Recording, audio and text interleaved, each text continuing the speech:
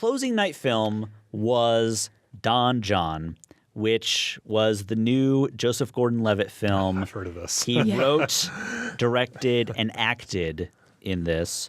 It also stars Scarlett Johansson and Tony Danza as Joseph Gordon-Levitt's father, who, by the way, one of the best parts of the movie. I know. I didn't see that coming at all. Yeah. It's like Tony Danza. I was like, oh, okay, well, Tony Danza's there. That's weird, but okay. Mm-hmm. And then it's like, boom, Tony Danza, like one of the best actors in the film. It also has an amazing cameo from Brie Larson. Oh, yeah. And not even a cameo. She has one line, but she's in the whole movie. It's amazing. Her part, that one line is so important. Yes. It makes it all worth it. Yes. And Julianne Moore is in this.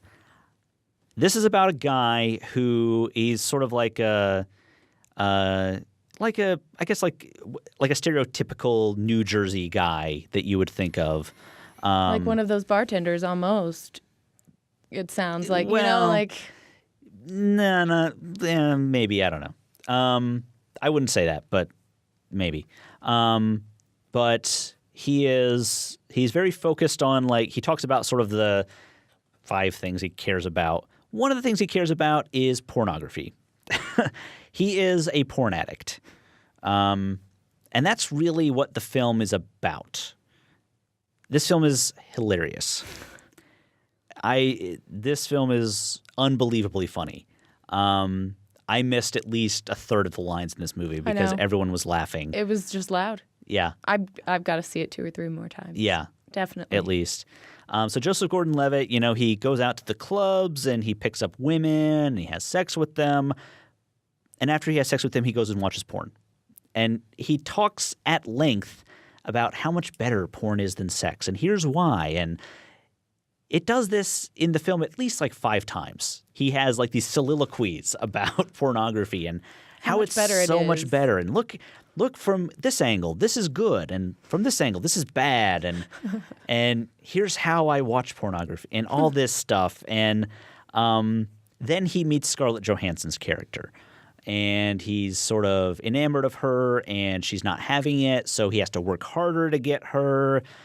And then it turns into like they get into a relationship, and she hates the idea that he watches porn, so he doesn't watch porn. Except, of course, he actually is watching porn. He just tells her that he isn't. He just has to hide it and do it in even more awkward places. Yes, exactly. But then he kind of meets Julianne Moore because Scarlett Johansson sort of wants to try to force him to be a better person. So he's going to class and he meets Julianne Moore there. And it takes a few little turns. It's I don't know if I would say it's not revolutionary in its structure, but it's different. It feels very different. Yes. And Joseph Gordon-Levitt is amazing in this film. The acting in this film is just spectacular. I had no question about him being a good actor or a great actor in it. I think he did really well all the way around. Yeah. The writing was great. You didn't have it was hilarious. Every couple minutes you were laughing. The cinematography was gorgeous. Yeah. And that's how, it took me a while to even notice that, and that's usually one of the first things I kind of pick up on. Maybe it was because he was so funny. The whole idea of it was the storyline's different, so you don't have the same. There was nothing predictable that you knew, Yeah. And that's what I appreciated about it the most. I mean, you had no idea where it was going to go toward the end there. Yeah, exactly. And I got to call out Brie Larson's character again because literally she spends the entire movie, the phone in her hand, every single scene she's in. It's amazing. She has the phone in her hand and she's looking at it like this. They're at mass. They're at dinner. They're in the car, And then she'll kind of like look up and roll her eyes and then look back at her phone. And then I was really kind of hoping that she would literally never say a word in the entire movie. But of course you can't do that in a film. She's got to say something, so you're setting her up to say something. And she says something and it's really good. But I really want to see the movie where you get someone like Brie Larson to show up in your film and literally just stare at a cell phone and roll her eyes the whole movie. I wanted that so badly. That's the only complaint I have about the film. Even those very purposeful scenes when we are actually just seeing her on her phone. I mean, we know something's going to happen. Yeah. You want those with nothing happening. Exactly. I want that last moment where she had just cut that out. Just gone. Never about to Just talk a and then sigh. they cut. Yes, that would be fine.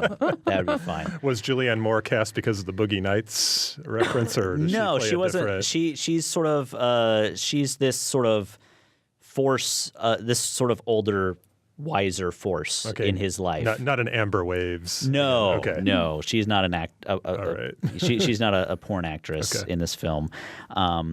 But just kind of helps him, that sort of force that helps him realize what is actually going on in his life, So she's sort of that older, wiser person, that force in his life. Yeah, I think she kind of represents logic, maybe, or reasoning, where he's finally goes into how much he loves porn and how much better it is to her. And she says, that's not true. Yeah. None of those people. It's never, ever that good. Yeah. None of those people, what you're seeing. Yeah. She just stomped on that cloud as soon as he brought it up. Yeah. She had no problems doing it. Her character is great. She's actually not in the film for much of it, but she's really crucial to the whole film. She actually she doesn't show up till probably halfway through. I was going to say it had to be at least 2/3, maybe half. Yeah. So she but then she becomes very crucial to the whole film. But really great. I loved it. I probably will see it again. I signed up. A Place for Film is recorded at WFIU Studios in Bloomington, Indiana.